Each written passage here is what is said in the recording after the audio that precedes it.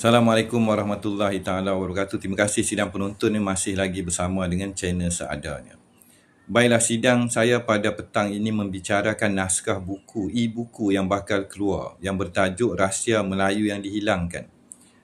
Legasi Adam dan Hawa, kajian merentas zaman, bahagian 1 daripada 3 oleh penulis channel seadanya itu sendiri, itu saya, Tok Fauzi.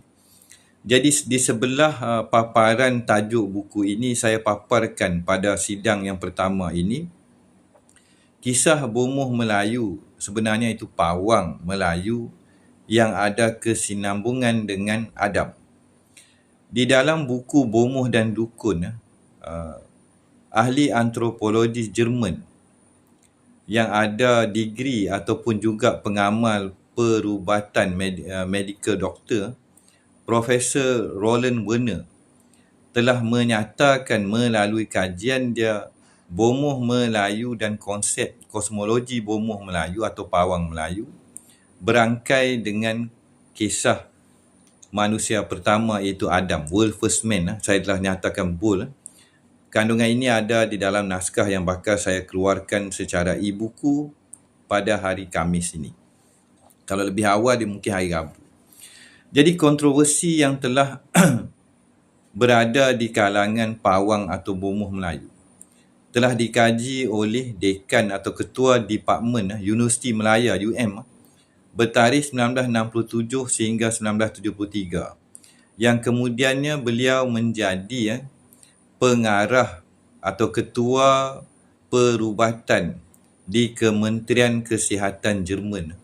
Daripada ketua Departmen Pengkaji UM jadi ketua pengarah atau DG, Director General kepada Kementerian Kesihatan Jerman. Bernilai kajian pengkaji ataupun pakar academician di tanah Melayu. Cuma orang kita tak faham bahasa dan orang kita gagal mengkaji. Jadi saya berbalik kepada kandungan buku saya. Rahsia Melayu yang Dihilangkan, Legasi Adam dan Hawa. Akan keluar pada Khamis atau lebih awal pada hari Rabu. Sidang penonton hanya perlu mesej saya akan berikan e-buku ini beserta dengan sumbangan ikhlas. Harga sumbangan ikhlas RM1 ke, RM5 ke, RM10 ke. Berjumlah 90 muka surat, bahagian 1 daripada 3. Jadi apakah kandungan yang menggemparkan yang saya hadirkan di dalam naskah buku ini? Ada banyak cerita yang pelik dan fakta bukan sembang kari. Di antaranya adalah satu konsep minda orang Melayu. Minda orang Melayu yang telah dinyatakan oleh pengkaji barat itu sendiri. Apa dia kata pasal minda orang Melayu ni? Minda orang Melayu ni sebenarnya first class. Saya bacakan. Seorang pengkaji barat telah menyatakan saya telah merenung dengan minat tertentu minda Melayu yang cepat dan mengagumkan dan hati Melayu muda yang bersemangat. Tetapi saya telah menjadi teruja dengan kisah dan kajian ini tersentuh tetapi agak lewat untuk dia mengenali Melayu itu. Jadi Melayu itu mempunyai inspirasi dan telah memberi inspirasi kepada pengkaji barat ini dan membawa kita kepada minda Melayu kelas pertama. Jadi dalam buku ni saya akan nyatakan dan saya berikan bukti. Jadi sedutan tadi adalah daripada naskah The Prison of Wealthy Eden. Ada nama Eden iaitu kisah paradise ataupun yang dikatakan syurga. And a Glance at the East Indian Archipelago oleh Gibson Walter Murray bertarikh 1855. Pada hari ke-47. Satu lagi, penyiasatan dan pembebasan tangkap semula minda Melayu yang luar biasa. kajian bersama lelaki Melayu dan wanita Melayu. Jadi hari ini minda orang kita ni kurang membaca. Kita jadi duduk dalam tempurung acuan penjajah dan dunia yang ada di hadapan mata. Jadi dekat atas tu adalah yang saya paparkan dalam buku tadi akan bahasa-bahasa tertua di muka bumi. Yang saya katakan bahasa Phoenician, bahasa Assyrian, yang telah saya keluarkan kajian yang menyatakan bahasa Melayu berasal daripada bahasa yang paling tua di muka bumi sebelum bahasa-bahasa lain yang kuno di muka bumi ataupun jagat raya. Pada hari ini, pendidikan kapitalisme telah membentuk generasi yang materialistik. Bahasa Malay Navigational Language, bahasa navigasi ataupun bahasa kosmik, ada bukti dan ada fakta yang diguna pakai oleh pelayar-pelayar Melayu pada suatu zaman dahulu. Jadi, sebenarnya bukanlah bomoh Melayu yang telah mengangkat kajian profesor tadi.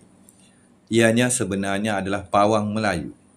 Apakah sebenarnya kisah pawang Melayu tersebut? Jadi di dalam hendak kita mengenali bahasa pawang, bahasa kuno dan bahasa Adam, dan kosmologi warisan Adam dan Hawa yang berada di dalam kehidupan kita pada hari ini, yang kita terlepas pandang, kita buta mata, buta hati, buta jiwa dan raga. Dia diiyakan, ianya ialah. Berbagai pengkajian dan juga kedudukannya, kisahnya Adam dan Hawa mempunyai korelasi dengan dunia Melayu itu sendiri. Tetapi pada hari ini duka cita dimaklumkanlah kan, orang Melayu malas membaca. Jadi disebabkan orang Melayu bangsa saya malas membaca, maka saya akan terpaksa keluarkan dalam bentuk e-buku dan juga bercetak. Jadi babak pertama saya berikan secara harga ikhlas. Pengenalan kepada legasi dan dunia Melayu yang amat besar. Jadi saya bacakanlah serba sedikit. Akan beberapa rangkap kandungan, kisah dan catatan saya di dalam naskah yang bakal keluar. Jadi di sebalik tirai sebuah kemerdekaan yang merupakan hanyalah sebuah ilusi. Dikatakan dikembalikan Melayu itu kepada kedudukan sebenarnya di bumi sendiri. Dan pembukaan sejarah sebenarnya bangsa atau Melayu itu sendiri gagal dilaksanakan, gagal berlaku sejak kita merdeka sehinggalah pada hari ini. Jadi realitinya kita telah kehilangan serba-serbi akan sebuah warisan yang agung. Apakah sebenarnya warisan Melayu itu?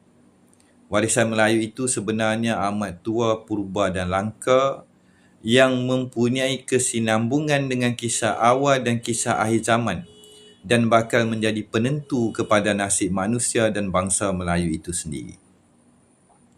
Di kala ini kita terpenjara, terpasung, dipasak, dipukau, ditakuti, disekolahkan, dipolitikkan, dianaktirikan, menjadi mangsa keadaan dan percaturan di bumi sendiri. Sampai bilakah bangsa ini akan terhina di bumi sendiri? Serta harta benda dan tanah air dipecah perintah dan pribumi melarat di bumi sendiri.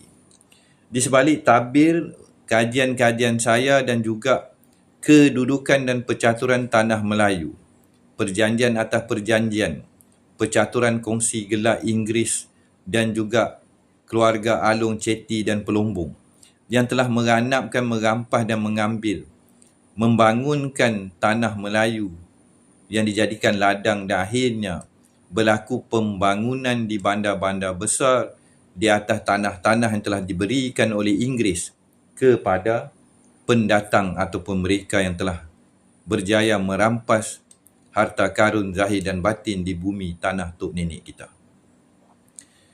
Jadi sebuah realiti yang pahit bagi yang sedari. Minda Melayu telah berubah. Ada istiadat telah dilupakan, warisan yang agung telah hilang, dan bangsa ini melarat dan tidak mampu bangkit di bumi sendiri. Adakah masih ada harapan sebuah bangsa yang mengandungi dan mempunyai dan mewarisi rahsianya manusia itu atau ruhsia itu, ruh yang ada usia, atau ruh yang sia-sia saja, yang bakal menemuinya ketika hidup atau dijemput kembali? Minda, jiwa dan perasaan Melayu terpenjara. Dihilangkan ingatan dan permasalahan saka, puaka dan kerasukan menghantui bangsa kita. Berbeza dengan Melayu 1855 yang masih lagi ada harga diri, kekuatan dan minda Melayu yang luar biasa.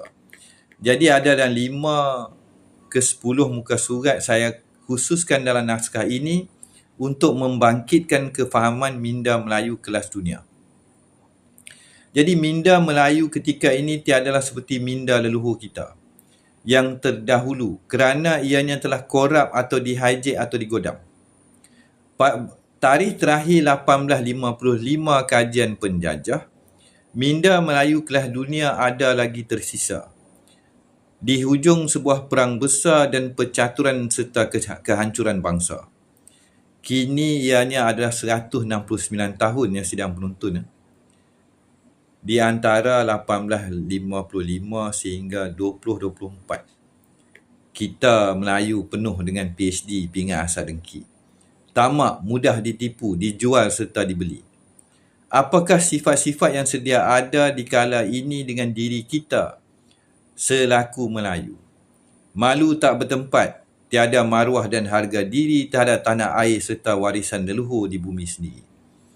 Pencemaran, perampasan, pencurian balak dan hidupan liar alam dan flora dan fauna di tanah air kita, hilangnya tanah rizab Melayu, kerosakan alam dan berbagai masalah sosial. Melayu di 2024 telah jatuh ke tangga yang amat rendah pada nilai dan harga dirinya berbanding pengkajian dan kedudukan jiwa Melayu 1855. Melayu di 2024 amat rendah nilai dan harga dirinya. Pemimpin kita bercakaran. Parti politik kita hancur. Tiada kesatuan, tiada tauhid. Dan dunia media sosial membuka lebih besar jurang pergeseran fitnah adu domba dan membuang masa dan pemikiran bangsa ini. Jika dinilai akan kesemua gejala termasuk LGBT dan dunia hiburan yang memaparkan kehidupan sejenis dan budaya bebas ini sudah tiada had dan sempadan dan limitnya. Hampir semua televisyen ke movie ke animasi memaparkan budaya LGBT. Perpecahan bukan sahaja agenda dan perjuangan bangsa. Ianya juga melibatkan agama serta politik dan teras kekeluargaan Melayu itu sendiri. Perpecahan atau agenda memecah belahkan orang Melayu ini telah berlaku sejak zaman Inggeris, Belanda, Portugis, Siam, Chola dan berbagai serangan telah melanda meranapkan legasi dan taman adun Melayu. Akhirnya minda dan jiwa Melayu hari ini hilang tata susila serta berbagai nilai murni dan sebuah rahsia ketuhanan Melayu warisan zaman berzaman ini kekal sepi dan tiada dipandang. Cara kerja minda Melayu yang rumit dan halus, yang melibatkan misteri yang tidak mudah diukur oleh orang barat. Keanehan emosi kaum yang sangat gairah itu amat jauh dan berbeza dengan mana-mana bangsa di muka bumi. 1855 kajian Belanda terhadap pola pemikiran orang Melayu. Bagi menutup sidang yang akan saya sambung pada babak keduanya nanti, Christian Mission, their agent and their result. Saya sambung bagi penutup akan kekuatan minda dan tauhid Melayu. Melaka, mereka telah mencetak hampir 30 tahun yang lalu, selama 30 tahun, lebih daripada 450,000 jilid. Sia-sia segala cetakan hampir 500,000 juta. Tidak ada seorang Melayu yang menukar agama. Tidak ada seorang Melayu yang berfikiran liberal. Tidak kurang daripada 7 versi kitab-kitab Melayu, Injil atau kitab Kristian Melayu telah dicetak. Kata Reverend Howard Malcolm, yang ditugaskan khas untuk menyiasat dan melaporkan apa dah jadi 500,000 hampir beratus-ratus ribu diedarkan, yang dia dapati tidak ada sebarang faedah, dan saya tidak mendengar seorang pun Kristian Melayu di seluruh Semenanjung. 7 versi pun tak cukup. 500,000 daripada satu kelompok pendakwah mubalik pun gagal memurtadkan bangsa Melayu orang kita. Bagi mengakhiri sidang yang agak pendek akan kisah saya PM bagi yang berminat.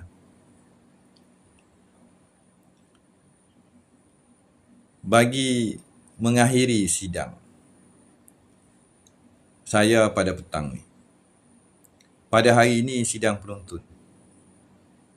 Kalau kita gagal bersatu, kita gagal membaca, kita gagal mempertahankan jati diri kita, daripada 1855, kita telah ganap seganap-ganapnya.